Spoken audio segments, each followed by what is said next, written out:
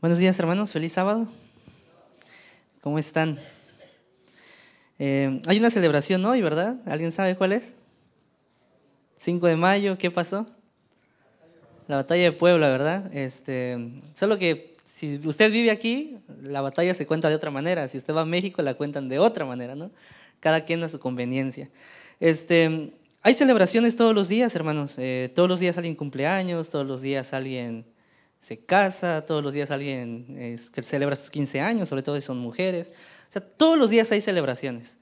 Y las celebraciones son muy importantes. De hecho, en el pueblo de Dios también había, por lo menos al año, 3 fiestas principales que eran muy importantes para el pueblo de Dios en esa época.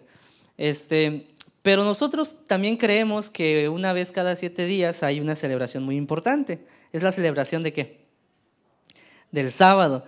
Y que hasta donde entendemos, la Biblia dice que esa celebración se va a llevar a cabo no por 10 años, por 20, por siglos, sino por toda la eternidad. Y yo siempre pensando en eso me preguntaba, ¿cuándo vamos a tener vacaciones de sábado, hermanos?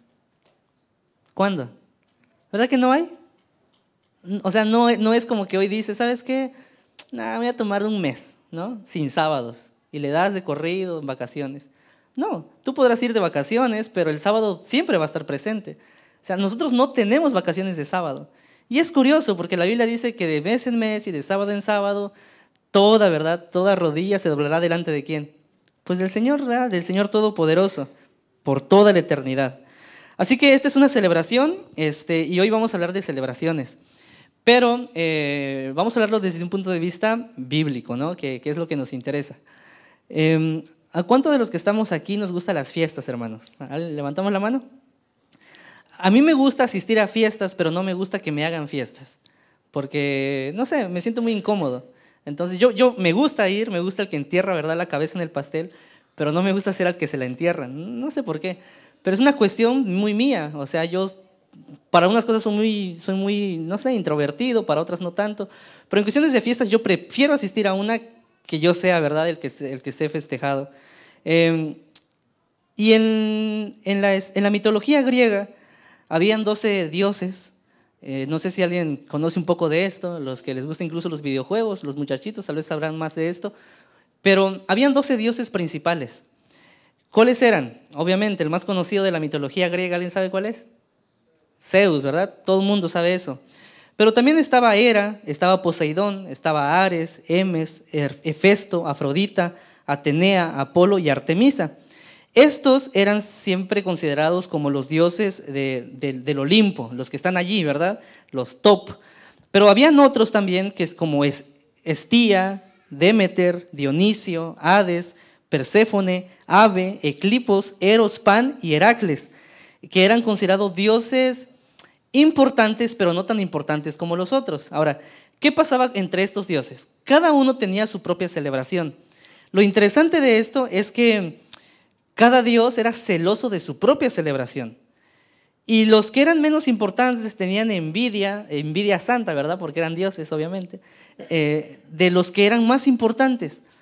Y es interesante porque todos estos, aunque eran dioses, considerados obviamente para la mitología griega, que eran importantes, algunos más que otros, eran dioses que no se relacionaban con sus creaciones o con sus criaturas, entre comillas.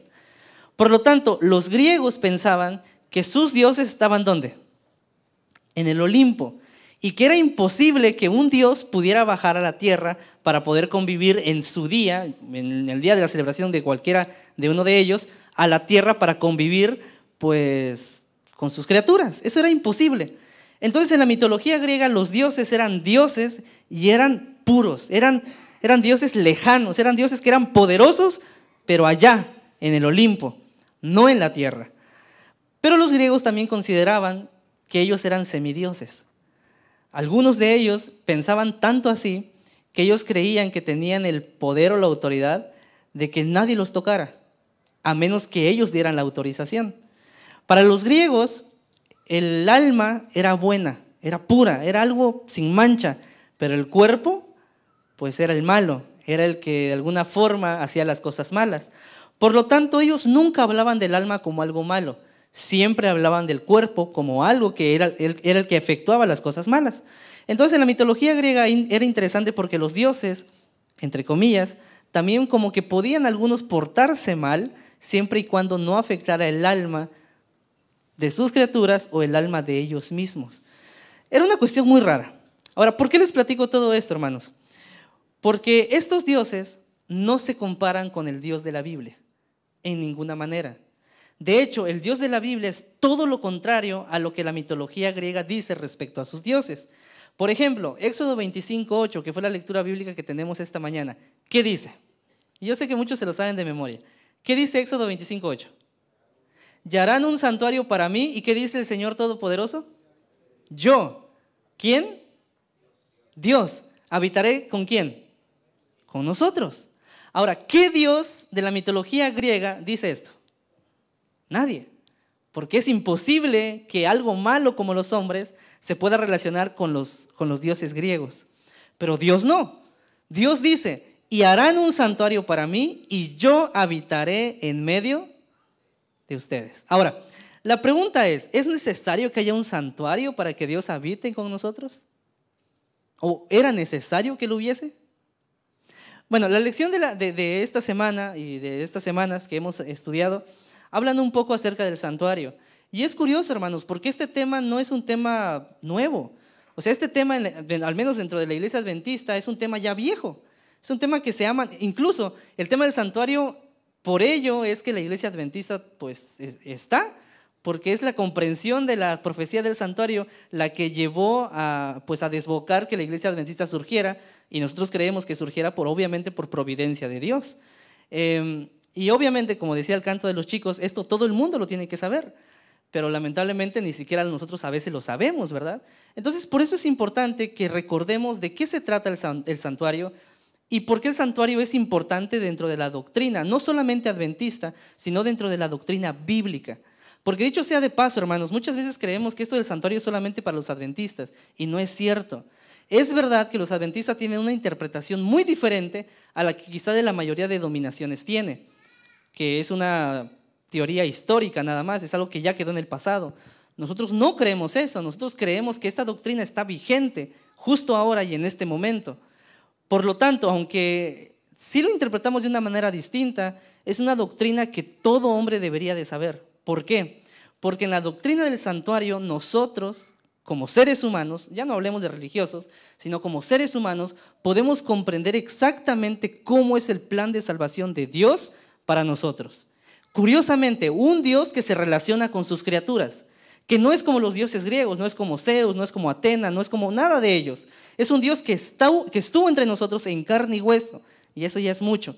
Entonces, por eso es importante que esta mañana prestemos atención a este mensaje, porque es algo que nos va a ayudar, hermanos, no solamente de manera personal, sino para explicarle a otras personas quizá algo que pues no entiendan, ¿verdad? Vamos a orar, así como estamos, vamos a hacer una oración y vamos a pedir la bendición de Dios. Señor, una vez más te agradecemos por todo lo que hasta este momento hemos realizado. Te damos gracias porque tú nos has guiado, Señor. Nosotros no queremos atribuirnos nada nadie de los que estamos aquí, Señor, creemos que por nuestras propias fuerzas podemos hacer las cosas. Y por eso, Señor, te alabamos, porque en reconocimiento a lo que tú has hecho por nosotros, hoy queremos entregar nuestro corazón.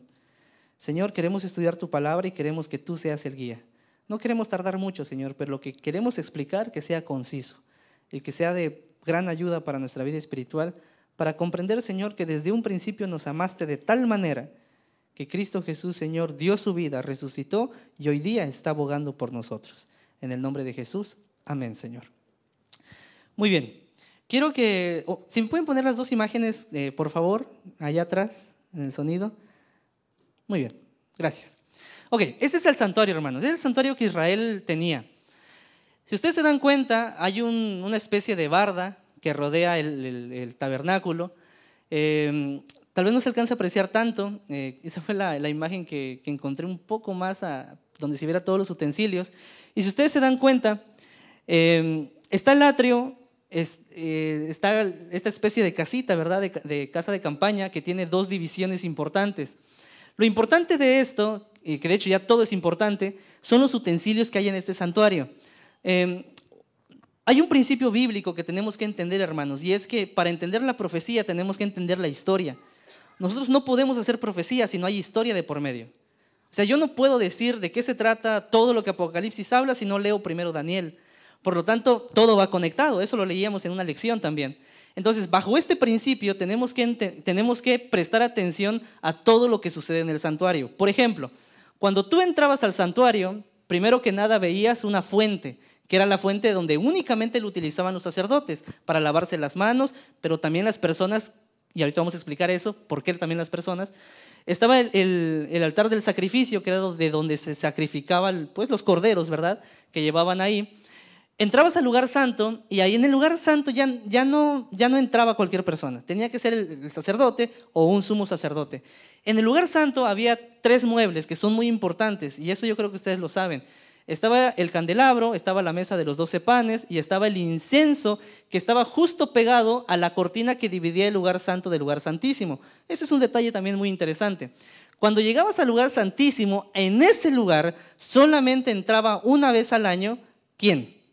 Solamente el sumo sacerdote. Eso lo puedes leer en el libro de Levíticos, Éxodo, donde te explica todo eso. Cuando llegabas al lugar santísimo, que es así como se le conoce, estaba solo un mueble, pero este mueble estaba dividido en partes. Cuando leemos Éxodo de cómo se mandó a hacer el santuario, de hecho lo vamos a leer en un rato más, nos vamos a dar cuenta de que aquí estaba solamente un mueble, y ese mueble, ¿cómo lo conocemos? ¿Como el arca? El arca del pacto. El arca del pacto es muy interesante porque tiene muchas condicionantes que nos ayudan a entender el plan de salvación también. En el arca del pacto, curiosamente, había 2 serafines. 2. De en medio de los serafines, yo le decía a los muchachos en la lección que había algo que se llamaba la Santa Shekinah, que no era otra cosa más que la presencia de ¿quién?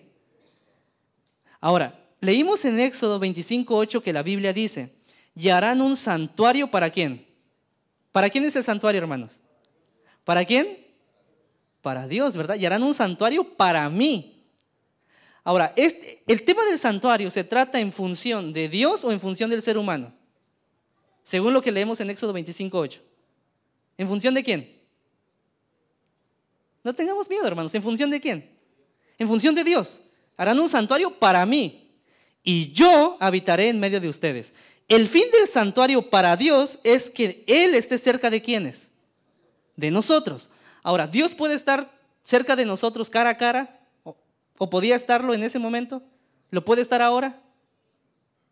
¿Cara a cara? ¿Por qué no?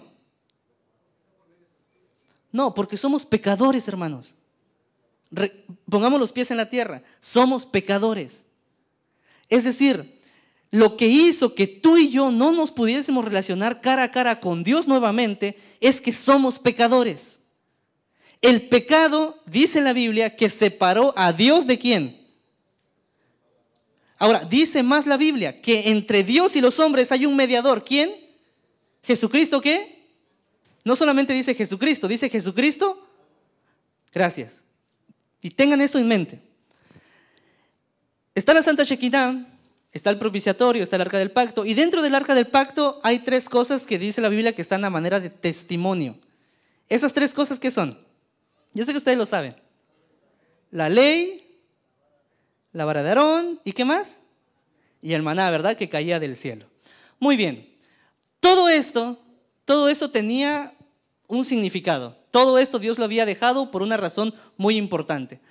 Ahora, ahorita vamos a leer en la Biblia algo que personalmente a mí me gusta mucho. Y vamos a ir al libro, permítanme.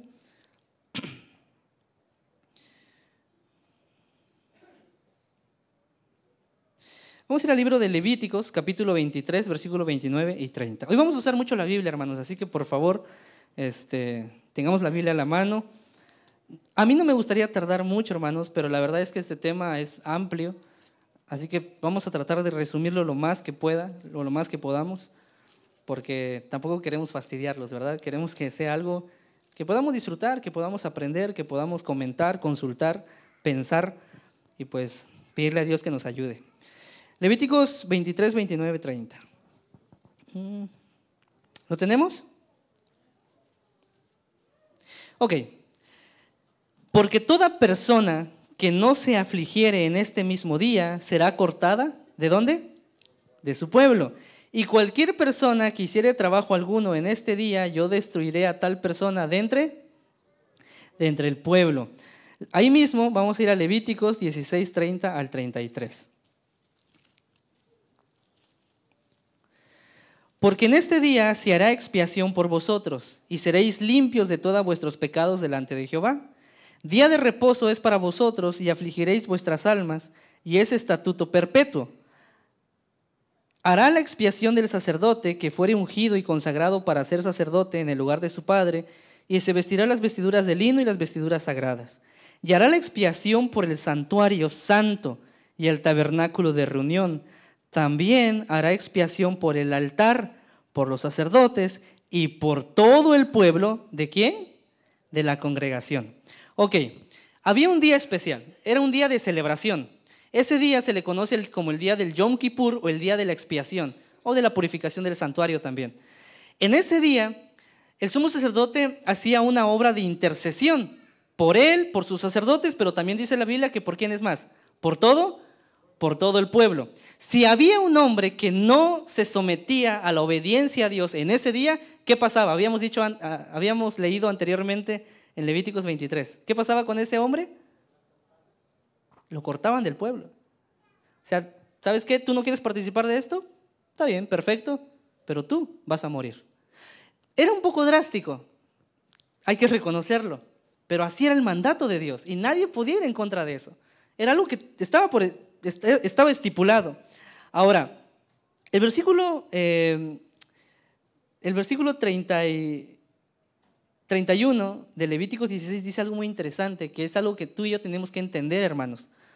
Día de reposo es para vosotros, vas a afligir vuestras almas, porque esto es estatuto. ¿Cómo dice la Biblia? ¿Estatuto? ¿Y qué es algo perpetuo?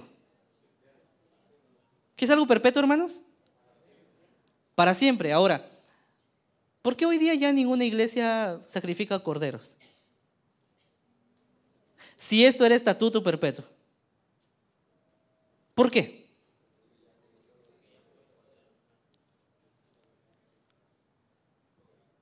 ¿Por qué? Ya hubo un sacrificio, mejor sacrificio, ¿verdad? Dice la Biblia. Pero, y aquí, hermanos, es donde otra vez, y yo siempre se lo he dicho, donde siempre entra el principio de regla-principio. No es lo mismo tener reglas que tener principios en la iglesia. La regla de la época de Jesús decía que un hombre tenía que vestirse con túnicas, ¿verdad que sí? Y esa era la mejor vestimenta que se podía tener. La gente que participaba de los cultos en las sinagogas vestían de túnicas de un solo hilo, que de hecho era la vestidura que tenía Jesús. Y era la más elegante de la época. Y la persona que lo tuviera, wow, o sea, está bien vestida. Tiene un buen vestido. Pero ¿qué pasaría, por ejemplo, si hoy alguien de nuestros hermanos viene con una túnica a la iglesia? Que no sea de allá de Medio Oriente, sino que sea de México, de El Salvador, de Honduras. O por ejemplo, no sé, imagínense que yo vengo con una túnica y así me he visto. ¿No me verían raro ustedes? Y es más, digo, no, yo sí quiero pasar a predicar. Y tal vez alguno de los ancianos me dijera, oye, pero es que no es lo más apropiado. Porque lo más apropiado en esta época es vestirse ¿de qué forma? Pues con corbata, saquito, ¿verdad? Zapatos de vestir. Eso es lo apropiado de la época. Ahora, el principio es lo mejor para Dios, pero la regla es, bueno, dependiendo la época. Ahora, lo mismo sucede con la circuncisión. La circuncisión bíblica dice que ese pacto que Dios hizo es un pacto eterno.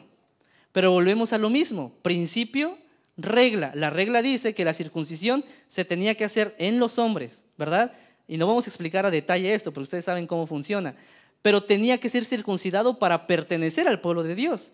Dicho sea de paso, tanto es así que cuando Jesús se va al cielo, en la época de Pablo hay una terrible discusión de que si hay que circuncidarse, si no hay que circuncidarse, y un montón de discusiones, ¿verdad? Teológicas de esa época. Para nosotros eso ya no es problema, porque pregunto yo, ¿alguno se ha circuncidado por higiene, pero se ha circuncidado por mandato de Dios? ¿O cuántos de los que estamos aquí son circuncidados, literalmente? ¿Hay algún circuncidado entre nosotros? Literalmente estamos hablando, ¿no? ¿Ahí hay uno? Ok. Bueno. Ahora, la circuncisión, ¿qué pasaría si ese principio de es pacto perpetuo para pertenecer al pueblo de Dios? ¿Cuántos de los que estamos aquí perteneceríamos al pueblo de Dios? Si nadie es circuncidado. ¿Verdad que no? Pero viene Pablo, no cambia el principio, pero cambia la regla. Ahora la circuncisión ya no es de forma física en los hombres. Ahora es para todos los hombres, pero ¿de dónde? ¿Verdad que sí? El principio de circuncisión se mantiene, pero la regla cambia. Ahora, en el santuario, hermanos, no es diferente. Dice la Biblia que este día de reposo es para vosotros, donde tú y yo tenemos que afligir el corazón, y esto es un estatuto perpetuo. Pero hoy día, ¿tenemos santuario en la tierra?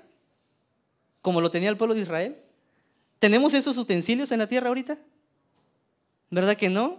Por lo tanto, la regla ya pasó, pero el principio se sigue manteniendo, porque es un estatuto perpetuo de parte de Dios. Ahora, ¿cómo funciona esto del santuario?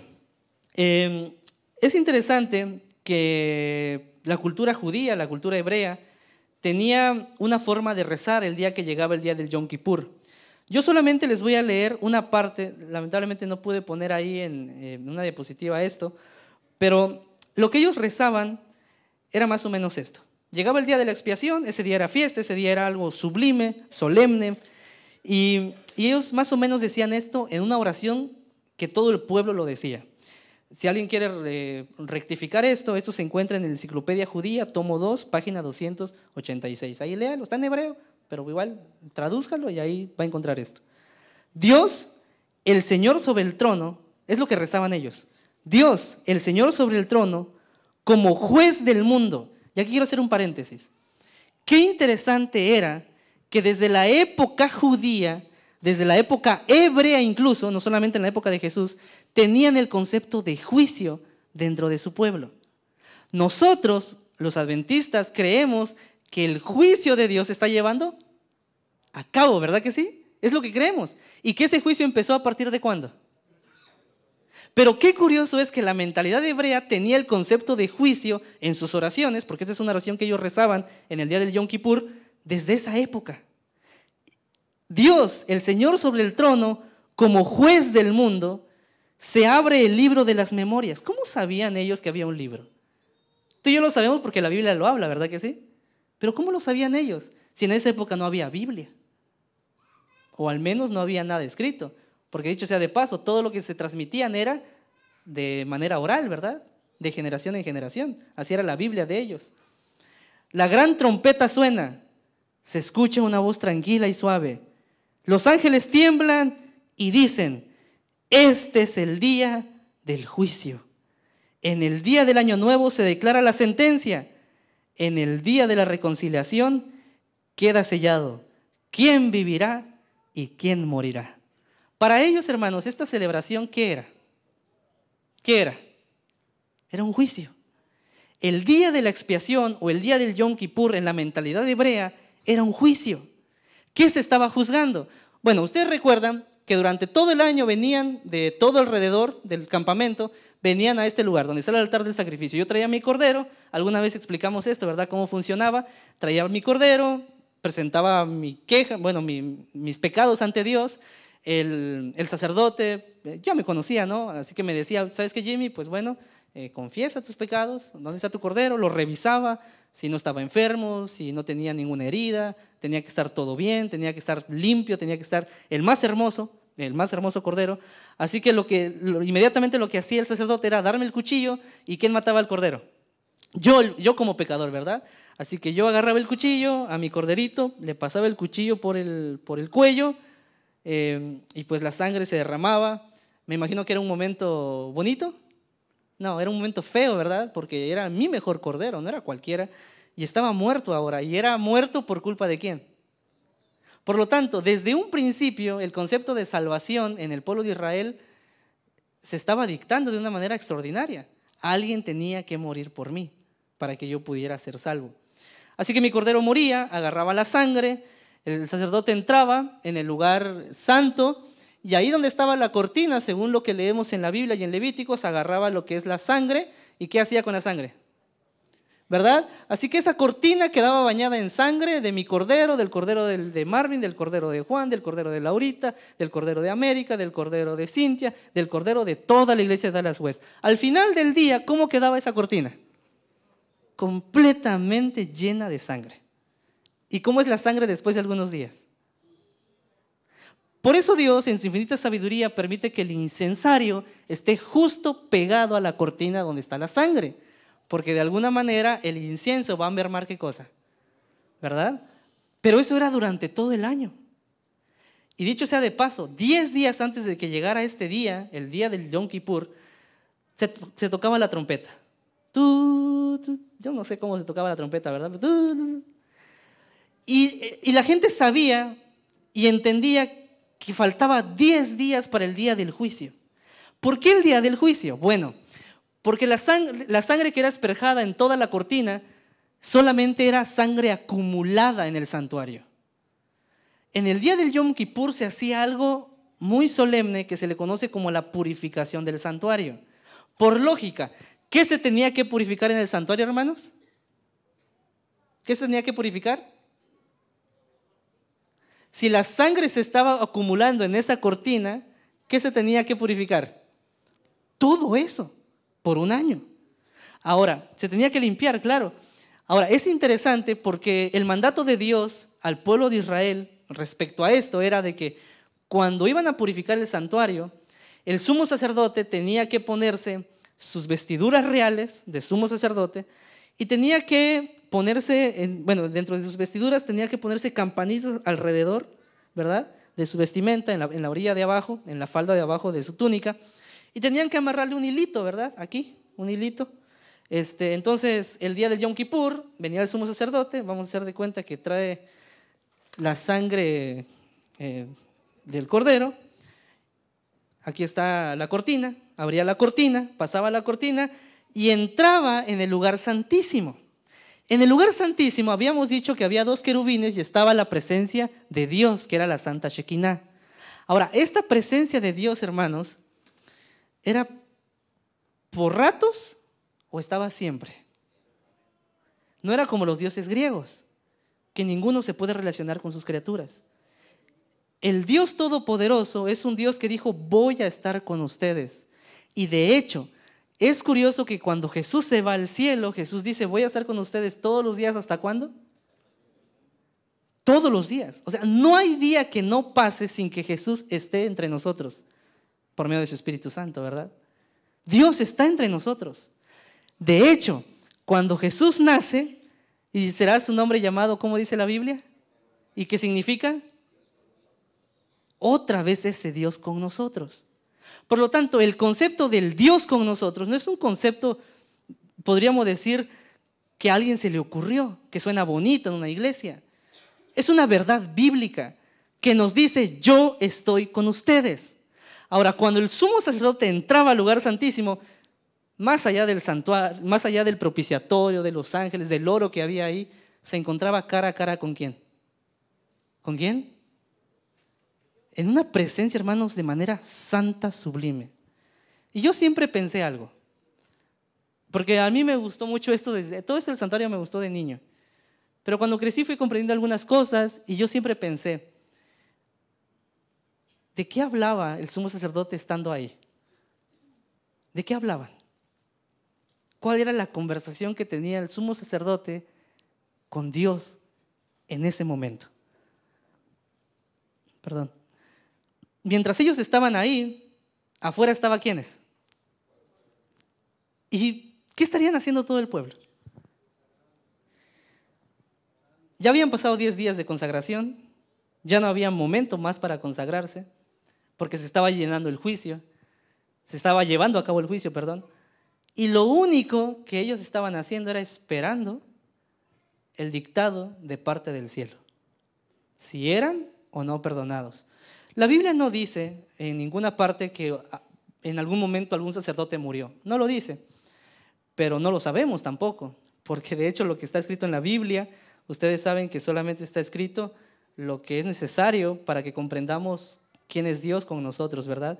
Y cómo nosotros nos podemos relacionar con Él. Así que Dios nos dice, harán un santuario para mí, una vez al año yo voy a conversar contigo, sumo sacerdote, y vamos a ver si son dignos de la salvación. Quiero que vayamos, hermanos, al libro, permítame. Vamos a leer Éxodo 25, pero vamos a leer los últimos textos.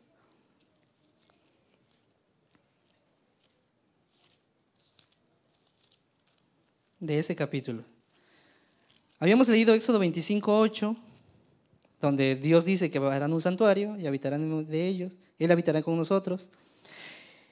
Vamos a leer a partir del versículo 17, porque noten, hermanos, lo que sucede en este momento del día de la expiación, que es muy importante. Dios ordena, ¿verdad?, que se haga todo el santuario, Dios ordena que se haga el tabernáculo, que se haga el atrio, todo lo que podemos ver acá. Pero en el versículo 17 dice, y harás un propiciatorio de oro fino, cuya longitud será de 2,5 codos y su anchura de 1,5 codos. Harás también 2 querubines de oro, labrados a martillo, las harás en 2 extremos del propiciatorio. Harás pues un querubín en un extremo, un querubín en el otro, una pieza con el propiciatorio, harás los querubines en sus 2 extremos. Y los querubines se extenderán por encima de las alas, cubriendo con alas el propiciatorio, sus rostros enfrente del otro, mirando al propiciatorio, los rostros de los querubines, y pondrás el propiciatorio encima del arca, y en el arca pondrás el testimonio que yo te daré. Y de allí me declararé a ti. Quiero que, hermanos, presten mucha atención a este texto. Me gusta mucho la versión Nueva Internacional, lamentablemente no la tengo, pero si alguien lo quiere leer en casa, la Nueva Versión Internacional, en este texto va a ser fascinante. Hay un juego de palabras más interesante que en la Reina Valera 60. Dice, y de allí, está hablando del propiciatorio, ¿verdad? El propiciatorio, ¿en qué lugar estaba, hermanos?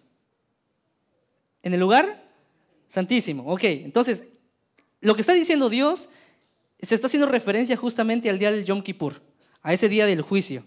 Y de allí me declararé a ti y hablaré contigo de sobre el propiciatorio. ¿Quién estaba encima del propiciatorio, habíamos dicho? ¿Qué había ahí? La Santa Shekinah. ¿Y qué era la Santa Shekinah? La misma presencia de Dios. Y de allí hablaré contigo de sobre el propiciatorio, de entre los 2 querubines que están sobre el arca del testimonio, todo lo que yo te mandaré para los hijos de Israel. Pregunta, hermanos, ¿de qué hablaba Dios con el sumo sacerdote ese día? ¿De qué hablaba? El sumo sacerdote llegaba, ¿verdad?, al lugar santísimo, llegaba ante la Santa Shekinah. ¿Y de qué hablaban? ¿De qué hablaban, dice la Biblia? ¿Qué dice el versículo 22? Y de allí me declararé a ti, hablaré contigo sobre el propiciatorio. O sea, no hablan sobre el propiciatorio, sino él habla desde el propiciatorio, donde están los 2 querubines, todo lo que yo te mandaré para los hijos de Israel. Es decir, en el día del juicio no se está sentenciando si ellos mueren o viven, que de hecho también, pero más que eso, se está habilitando un año más para dar mandatos a su pueblo de parte de Dios. Quiere decir que si el sumo sacerdote sale del lugar santísimo y sale del santuario, sale del lugar santo y llega al atrio y sale del tabernáculo, para el pueblo de Israel eso era una gran noticia. Porque quería decir que todo el pecado que se había acumulado durante todo ese año había sido ¿cómo? Había sido perdonado. Estaban listos para empezar otro año más. Pero no solamente esa era la noticia. También el israelita entendía que de parte de Dios había mandatos. Porque de eso se hablaba en ese lugar, según hasta donde dice la Biblia. Ahora, eso era para el pueblo de Israel, ¿verdad que sí? Eso lo entendemos, era para ellos. Nosotros ya no estamos participando literalmente de este santuario, porque hace mucho eso se dejó de hacer. Que dicho sea de paso, ¿cuándo se dejó de hacer? ¿Cuándo caducó este rito? ¿Cuándo? Cuando murió Cristo, ¿verdad? Ahora, ¿cómo entendemos eso? Bueno, ahorita vamos a leer un poquito de esto, pero entendemos que cuando muere Cristo, todo esto queda atrás, pero queda atrás las reglas, pero el principio ¿Cómo es? Dice la Biblia, habíamos leído. Por lo tanto, sigue. ¿Pero de qué forma? Entonces, tenemos que descubrir de qué forma. Y para eso, ahora sí, vamos a ir a... Permita, hermanos, es que las notas las tengo en el celular y está muy, es muy sensible. Hebreos 8, 1 al 7. Vamos a ir a Hebreos capítulo 8, versículos 1 al 7. Y dice la Biblia: ahora viene el punto principal de lo que venimos diciendo.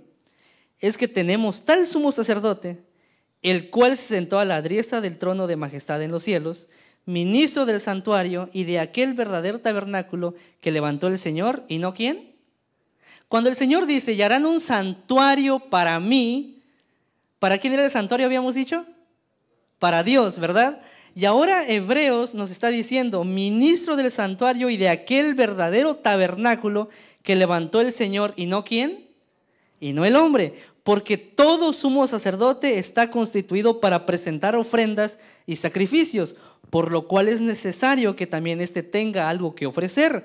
Así que si estuviese sobre la tierra, ni siquiera sería sacerdote, habiendo aún sacerdotes que presentan las ofrendas según la ley, los cuales sirven a los que son figura y sombra de las cosas celestiales, como se lo advirtió a Moisés cuando iba a erigir el tabernáculo, diciéndole, mira, haz todas las cosas conforme al modelo que se te ha mostrado en el monte, pero ahora tanto mejor ministerio es el suyo. ¿De quién está hablando ahí? ¿El suyo de quién? De Jesús, ¿verdad? Es mejor el suyo, cuanto es mediador de un mejor pacto, establecido sobre mejores promesas. Porque si aquel primero hubiera sido sin defecto, ciertamente no se hubiera procurado lugar para el segundo. Ahora, este concepto, hermanos, de viejo y nuevo pacto muchas veces está usado de una forma un tanto sutil para decir, ¿sabes qué? La ley ya no importa, ¿verdad? Ahora lo único que importa, ¿qué es? La gracia. Y vivimos solamente por gracia. Y no digo que no es así. Por supuesto que solamente vivimos por gracia. Pero la ley de Dios, bajo principios bíblicos, también está vigente. ¿De qué forma? Porque el pacto del que habla la Biblia en el contexto, y por eso es muy importante el santuario, hermanos, porque el pacto que se está hablando acá, o cuando hablamos del nuevo pacto, se está hablando en el contexto del santuario. ¿Sí estamos como llevando la línea de pensamiento? Es decir, el versículo 1 de 8 de Hebreos dice, oye, este sumo sacerdote que lo tenemos nosotros tenemos a este sumo sacerdote, es aquel que se sentó a la diestra ¿de dónde? Por lo tanto, este sumo sacerdote, ¿dónde está ahora, hermanos? ¿Dónde está? En el cielo. Ahora, si está como sumo sacerdote, la única manera de presentar ofrendas vivas o ofrendas de sacrificio, como habla la Biblia, es a través de ¿qué? De un santuario. Ahora, ese santuario, según lo que estamos leyendo, versículo 2, versículo 3, es un santuario que es solamente el original de esa copia que estuvo en la tierra. Por lo tanto, cuando hablamos del nuevo pacto, no estamos hablando de un pacto diferente al que ya estaba estipulado. Estamos hablando de un pacto que Dios lo vino a hacer, dice la Biblia, mejor, con mejores sacrificios. Y Dios lo dejó tan así en claro ante los judíos que cuando Jesús muere, ¿qué pasa con el velo del templo? ¿Y qué es lo que ven los judíos que ven adentro? ¿Qué es lo que se ve? ¿Qué se ve? Cuando se rasga el templo, ¿qué es lo que se ve? Lo que nadie puede ver, o lo que estaba prohibido ver por mandato de Dios. Pero ahora Dios dice, ¿saben qué? Esto se acabó. Ahora este pacto va a ser mejor todavía, porque mi hijo está muriendo y porque a través de él es que tú y yo vamos a tener salvación, solamente a través de él. Por lo tanto, él es el mediador del nuevo pacto, no un pacto diferente, un pacto que se está siendo renovado. ¿Para qué? Para que tú y yo pudiésemos entender que en este momento ese sumo sacerdote que es Jesús, ¿está dónde? ¿Intercediendo por quién? Por nosotros. Ahora, podríamos decir entonces que ese tabernáculo que está ahí es solamente una copia del que alguna vez Dios le mostró a Moisés. Ahí mismo, en Hebreos, vamos a ir a Hebreos capítulo 9.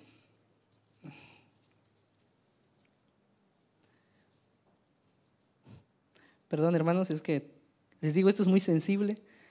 se mueve para todos lados. Hebreos 9, 11 al 24. No vamos a leer todo, pero vamos a leer algunos textos nada más. Hebreos 9, 11. Dice así: pero estando ya presente Cristo, sumo sacerdote de todos los bienes venideros, por el más amplio y más perfecto tabernáculo, no hecho de manos, es decir, no de esta. A ver, hermanos, ¿quién creó? Al final de cuentas, ¿quién construyó eso? ¿Quién construyó ese tabernáculo? ¿Quién lo construyó? ¿Quién puso la mano de obra? ¿Verdad? Tanto es así que Moisés dice, ¿saben qué? Traigan todo lo que tengan, traigan oro, traigan plata, traigan todo lo valioso que tengan, porque Dios ha dicho que hagamos un santuario. Así que el pueblo de Israel empieza a traer cosas, tanto así que llega el punto donde, ¿qué dice Moisés? Ya no traigan más, ya es suficiente con eso. Pero ¿quién lo hace? ¿Quién construye todo esto? Pues el hombre, ¿verdad? Pero noten lo que dice la Biblia. Pero estando ya presente Cristo, sumo sacerdote de los bienes venideros, por el más amplio y más perfecto tabernáculo, no hecho de manos, es decir, no de esta. Por lo tanto, ¿creación de quién? Si no es de esta creación, ¿de dónde es? ¿Creación de quién? ¿Dónde? En el cielo. Y no por sangre de machos cabríos ni de becerros, sino por su propia sangre. Entró una vez y para siempre. ¿Una vez y para cuándo, hermanos? Y para siempre en el lugar. ¿Qué lugar? ¿Lugar santo? ¿Dónde está la fuente? No, ¿en el lugar qué? En el lugar santísimo, habiendo obtenido eterna qué, hermanos? Eterna redención. Si ustedes se dan cuenta, todo el santuario está girando en función a nuestra salvación, porque Dios quiere que estemos con Él para siempre. Es lo que Él quiere. Y Dios hizo esto para darte solamente un mapa de cómo lo hace. Es decir, tú pecas, alguien tiene que morir en lugar tuyo para que tú seas perdonado. Pero no solamente eso. El hecho de que tú, y noten bien esto, el hecho de que tú traigas tu cordero, muera por ti, y tú ese día quedes perdonado, no quiere decir que al siguiente año vas a estar vivo. Porque según el mandato bíblico dice que el que no obedece en el día del Yom Kippur y no se consagra, ¿qué va a ser cómo? ¿Cómo? Destruido. Ahora, si esto es solamente la figura de algo que es original, tenemos que entender entonces que Jesús te da la salvación, ¿verdad? Él nos la da, nos la regala, porque es necesario que el cordero muera para que tú seas perdonado. Pero llega el día del Yom Kippur, y en el día del Yom Kippur, según la mentalidad hebrea, es un juicio donde Dios determina si el pueblo es libre o no lo es. Por lo tanto, el hecho de que tú llevaste tu cordero un día no quiere decir que en el día del Yom Kippur te vas a salvar. ¿Se entiende? Llegamos a esta época. Tenemos sumo sacerdote, no hecho de esta creación, hecho con la creación de Dios. Dios te da la oportunidad de que tú seas salvo. Él te la da, es un regalo de parte de Dios. Nadie puede hacer nada para obtener la salvación. Él te la da. Pero creemos que cuando Jesús entra al lugar santísimo, entra, como en aquel día entraba el sumo sacerdote, a un momento de juicio. Ahora, para nosotros como adventistas y como pueblo de Dios que creemos en la Biblia, creemos que este juicio empezó ¿cuándo, hermanos? ¿Cómo llegamos a esa fecha? Uno lee Daniel, ¿verdad? Va a Daniel, y en Daniel dice que hay una profecía que se llama las 2300 tardes y mañanas. ¿Se acuerdan de esa profecía? Dentro de esa profecía hay otra profecía que son las 70 semanas. No vamos a hablar de eso porque eso podemos hablar en otra ocasión, pero yo sé que ustedes lo saben. Las 2300 tardes y mañanas, bíblicamente, que sí se puede comprobar, ¿cuándo empiezan? 457 antes de Cristo. Empieza a correr las 2300 tardes y mañanas. Llegamos al año 31. El viejo pacto, o el pacto ese que se envejeció, dice Pablo, es echado fuera y se renueva un nuevo pacto con la muerte de Jesús.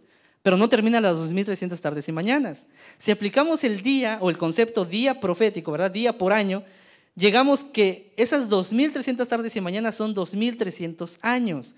Curiosamente, los 2300 años, hermanos, ¿cuándo terminan? ¿En qué año?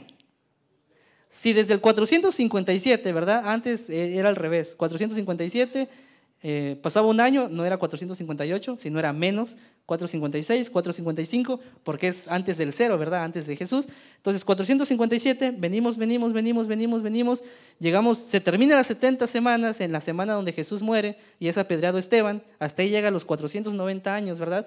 Pero sigue la profecía, y llegamos a 2300 años en 1844. Y curiosamente, que no es casualidad, en 1844 uno se mete a la historia de los Estados Unidos de qué sucedió en ese año y había un caos terrible por un grupo de personas que predicaba que Jesús iba a venir, ¿verdad? Y eso lo encabezaba un granjero, muy sencillo el señor, pero muy estudiado, que se llamaba Guillermo. Y ellos dijeron, esta profecía dice que el Señor viene, ¿cuándo? Incluso hasta se atrevieron a poner fecha. ¿Qué fecha viene? El 22 de octubre el Señor Jesús viene a esta tierra, porque ellos leyeron que en Daniel decía, y hasta 2300 tardes y mañanas, luego el santuario, que entendieron que era el santuario que estaba en el cielo, por lo que estamos leyendo, ¿será cómo? Si en aquel momento se purificaba por un año de pecados acumulados en esa cortina, ahora ¿de qué se iba a purificar después de 2300 tardes y mañanas? ¿Verdad? Así que ellos dicen, bueno, la única manera de que se purifique es pues que purifiquen la tierra, en el concepto de ellos, ¿verdad? Pero si tomamos bíblicamente la referencia, no es que iba a venir el Señor Jesús, es que se tenía que empezar, ¿qué cosa, hermanos? Un juicio. Porque dicho sea de paso, cuando el sumo sacerdote se presentaba ante la presencia de Dios, ¿verdad? Éxodo 25, 22, ¿qué dice? Se presentaba no solamente para ofrecer ofrenda, sino para platicar con Dios, para que Dios le diera los mandatos que Él se lo iba a dar ¿a quiénes? Al pueblo. Por lo tanto, ¿qué hace Jesús? 22 de octubre de 1844, entra al lugar santísimo, dice la Biblia, una vez y para siempre, entra, se presenta delante de su Padre, hay una conversación entre ellos, lean Conflicto de los Siglos, lean Primeros Escritos, hay una conversación entre ellos, se determina algo, un nuevo mandato, no un mandato nuevo en el sentido de que no existe, sino renovado para este tiempo. Y el mandato dice que tenemos que predicar el evangelio más que nunca a través del mensaje de los 3 ángeles, para que entonces el mundo sepa que hay un juicio que hasta donde entendemos, ese juicio, ¿cómo se llama? ¿Juicio qué? Ahora, el juicio investigador es ¿para qué? ¿Para ejecutar, para que la gente muera? ¿O solamente es para investigar la vida de cada uno de ellos, para que determine el Señor en aquel día quién sí y quién no va a ser salvo? Porque dicho sea de paso, tú traes tu cordero, pero eso no quiere decir que te vas a salvar en el día del Yom Kippur o que no vas a seguir pecando. Tú vienes ante el Señor Jesús, rindes tu vida, Él te llama, Él te da la salvación, aceptas, pero no es que no estás en un juicio determinante. El santuario bíblico revela que tenemos un sumo sacerdote que está abogando por ti en un juicio, porque el juicio se está llevando a cabo. Y no tenemos tiempo ahorita, y lamentablemente ya se fue el tiempo, pero otro día vamos a hablar de las 2300 tardes y mañanas como tal.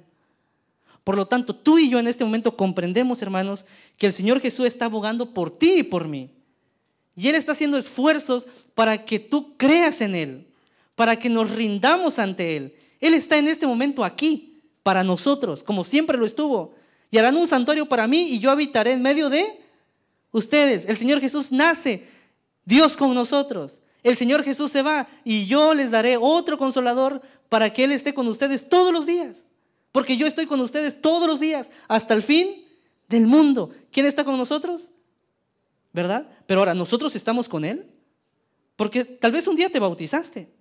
Yo me bauticé. Me bauticé cuando tenía 12 años, hermanos. Y me bauticé en un río. Estaba bien fría el agua. Y me gustó tanto que yo me acuerdo ese día hice una promesa con Dios. Ahora, hice una promesa con Dios. Ese día me sentía el hombre más feliz del mundo. Me sentía limpio completamente. A pesar de que era limpio, era muy inocente en esa época. Y me sentía muy bien. Yo sentía que quería predicar, hermanos, que quería participar de todo de la iglesia, quería cantar. No saben, hermanos, cuando uno se bautiza, uno tiene unas ganas de hacer las cosas. Y yo predicaba, yo cantaba a mis 12 años. Y a mis 12 años nació la idea, o al menos yo digo, Dios dijo, bueno, Jimmy, pues si quieres, te voy a dar la oportunidad de que vayas a estudiar para ser pastor. Y desde los 12 años nunca se me quitó eso de mi cabeza y dije, lo voy a hacer porque eso es lo que quiero para mi vida. Pero pasó el tiempo y ustedes, hermanos, ¿creen que no me he equivocado? Por supuesto. ¿Pero por qué me equivoco? Porque tal vez he dejado de ofrecer mis sacrificios todos los días delante del sumo sacerdote, que es mediador de un nuevo pacto. No un viejo, un nuevo pacto que Él mismo te dice, yo estoy contigo. Estamos en un juicio. Tú y yo estamos siendo enjuiciados. Dios está viendo tu vida, cómo es, tus pensamientos, tus obras, tus actos. Y yo, hermanos, lo más feo que he hecho en mi vida es olvidarme de esto. Olvidarme que Dios me está observando. Lo más feo que he hecho en mi vida es olvidarme que yo estoy siendo observado por Dios. Que no importa que cante en la iglesia, que no importa que dé mi diezmo, que no importa que predique, si al final de cuentas en la semana voy a hacer lo que a mí se me plazca. Entonces no estoy participando del día de Yom Kippur. Pero como ahora ya no es como antes, porque el pacto ha sido renovado, no voy a morir en el momento. Pero llegará el día donde la Biblia dice, y veremos que vendrá aquel, ¿verdad?, de los cielos. Y algunos dirán, escondedme de aquel que viene. ¿Por qué razón, hermanos? Porque sabemos que vamos a morir eternamente. Y es más, la Biblia dice, y en aquel día, ¿quién estará en pie? ¿Hallará fe Jesús en la tierra? ¿Saben, hermanos? Es porque nos olvidamos de esto. Y el santuario nos lo recuerda. Lo bueno de esto, la buena noticia es que aquel que nos juzga, curiosamente, también es ¿qué cosa? Nuestro abogado, nuestro defensor, nuestro sumo sacerdote. Termina las 2600 tardes y mañanas. Jesús no viene, obviamente. Pero sí empieza lo que es el juicio, donde el Señor nos dice, arrepiéntete. Donde el Señor nos dice, adora a Dios, porque la hora de su juicio ha llegado. ¿Y se acuerdan del mensaje de los 3 ángeles? Salgan de ella, pueblo mío, hablando de Babilonia, ¿verdad? Teman a Dios. Que como iglesia ya no estamos para jugar a ver qué pasa, ¿verdad? Y saben, hermanos, yo a veces pienso y digo, ¿realmente estamos haciendo la voluntad de Dios? Porque honestamente, ¿lo estamos haciendo? Y yo personalmente pensando en esos días, ¿no?, en esto, lo que leía, lo que veía, decía, bueno, Señor, tú hiciste todo esto, creaste todo esto por amor a mí. Y a veces nosotros, hermanos, ni siquiera le hacemos caso, ¿verdad? Ni siquiera nos interesa saber exactamente lo que Dios dice en su palabra. Es más, ni siquiera nos interesa investigarlo. ¿Por qué? No sé. Por flojera, no sé. Pero a veces no nos interesa. A veces lo que queremos es ya que el predicador termine para irnos a casa, hacer otras cosas, ¿verdad? Porque así pasa. Y yo personalmente me he dado cuenta, a veces le damos prioridad a cosas que al final del día dices, bueno, ¿y qué sentido tiene? ¿Verdad? Y me doy cuenta, hermanos, de que el Señor Jesús, el que es nuestro Dios, el que es digno, pues permite que estemos aquí para darnos cuenta de que todavía sigue con nosotros. ¿Por qué? Porque es un Dios que se relaciona con nosotros. Porque no es un Dios como los griegos, que está ya muy lejos de nosotros. No, Él está presente. Y en este momento se presenta mediante la persona del Espíritu Santo. ¿O no les ha pasado, hermanos, que cuando ustedes van a hacer algo malo, hay algo que te dice que no lo hagas? ¿No les ha pasado? ¿No les ha pasado que de repente cuando tienes ganas de escuchar una ranchera, Dios te dice, no, un reggaetón? O cuando de repente estabas acostumbrado a comer camaroncitos, ¿verdad? Que dicho sea de paso, hermanos, el tema de la alimentación no es un tema también de pecado ni de salvación. Pero si queremos obedecer a Dios, sí es un tema que tendríamos que tener cuidado. ¿Por qué? Porque entre mejor comamos, más lúcido vamos a estar para comprender su palabra, ¿verdad? Es un tema más de coherencia. Así que no lo satanizamos tanto tampoco. Pero sí es cierto que cuando estás a punto de cometer un error, Dios te habla, porque está con nosotros, porque le importas a Él. Y le importas tanto que creó todo esto para que te dieras cuenta que la única razón de que todo esto existiera es solamente para que vieras que Cristo Jesús está contigo. Nada más. Y la gran pregunta, ¿verdad? Si Cristo Jesús está conmigo, yo estoy con Él. Esa es la gran pregunta. Y es la gran pregunta donde cada uno de los que estamos aquí tenemos que reflexionar. Y la última vez que pues prediqué aquí, ¿verdad? Yo les había dicho que todos vamos a morir, hermanos. Todos. Si Jesús no viene antes, todos vamos a morir. Todos. Y ¿habrá valido la pena vivir? ¿Habrá valido la pena el estar en la iglesia? Yo creo, hermanos, que es momento, ¿verdad?, para decirle, bueno, Señor, tenemos que conversar, hay que platicar. ¿Qué estoy haciendo de mi vida? ¿Dónde estoy? ¿Qué es lo que hago? ¿Cuáles son mis prioridades? Y nosotros ahorita estamos ansiosos, ¿verdad? Porque nuestro nuevo pastor venga y para trabajar con él y así. Pero más que eso, hermanos, estemos ansiosos porque nuestra familia esté bien, para que tus hijos estén bien. Yo no tengo hijos, ni esposa. Y tal vez digo, no, pues no soy responsable de nadie, pero sí soy responsable de mí mismo. Lo que hago, lo que digo, lo que pienso. Y es que, hermanos, Satanás está a la vuelta de la esquina. Versículo 2 de Hebreos 10, con eso terminamos. Pero Cristo, habiendo ofrecido una vez para siempre un solo sacrificio por los pecados, se ha sentado a la diestra de Dios. Y de ahí en adelante esperando hasta que sus enemigos sean puestos por estrado de sus pies. Porque con una sola ofrenda hizo perfectos para siempre a los santificados. Y nos atestigua lo mismo el Espíritu Santo, porque después de haber dicho esto, este es el pacto que haré con ellos después de aquellos días, dice el Señor. Pondré mis leyes, ¿en dónde? En sus corazones, y en sus mentes yo las escribiré. Los salvos, hermanos, son aquellos que van a guardar la ley de Dios.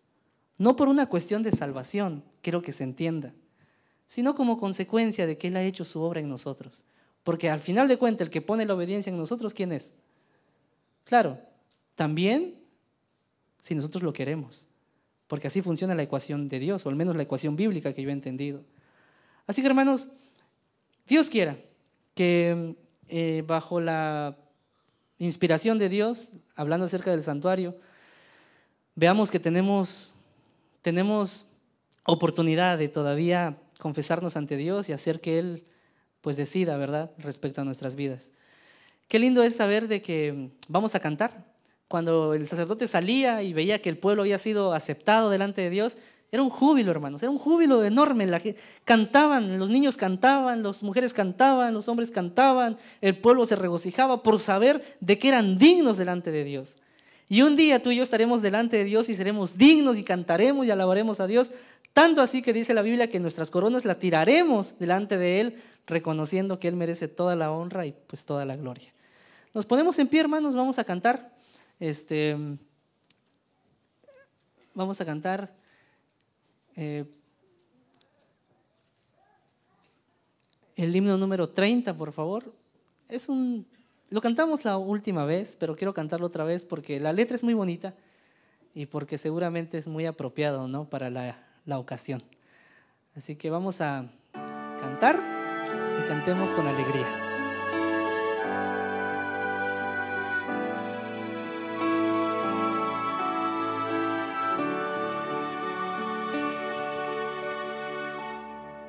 Abre mis ojos,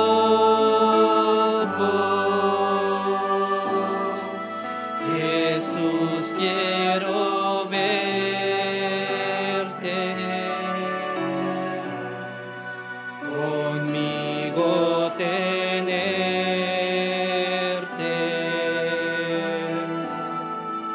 decir que te amo.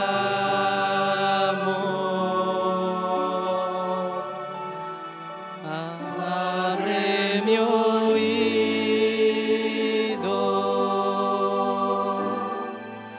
hoy quiero escucharte.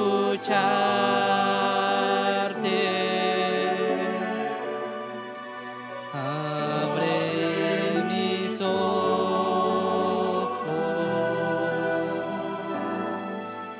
para contemplarte.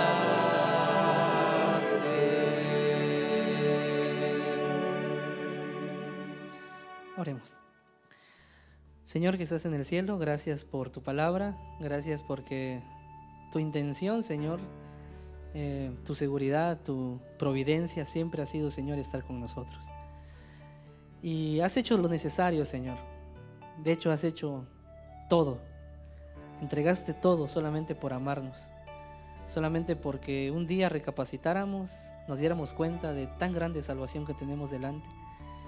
Y lo único, Señor, que queremos es que nos ayudes a tomarla. Sabemos, Señor, que somos tan necios que muchas veces por nosotros mismos ni siquiera podemos entregar nuestro corazón. porque somos malos. Pero en tu divina providencia, tu santa palabra dice, Señor, que tú estás con nosotros y queremos creerlo.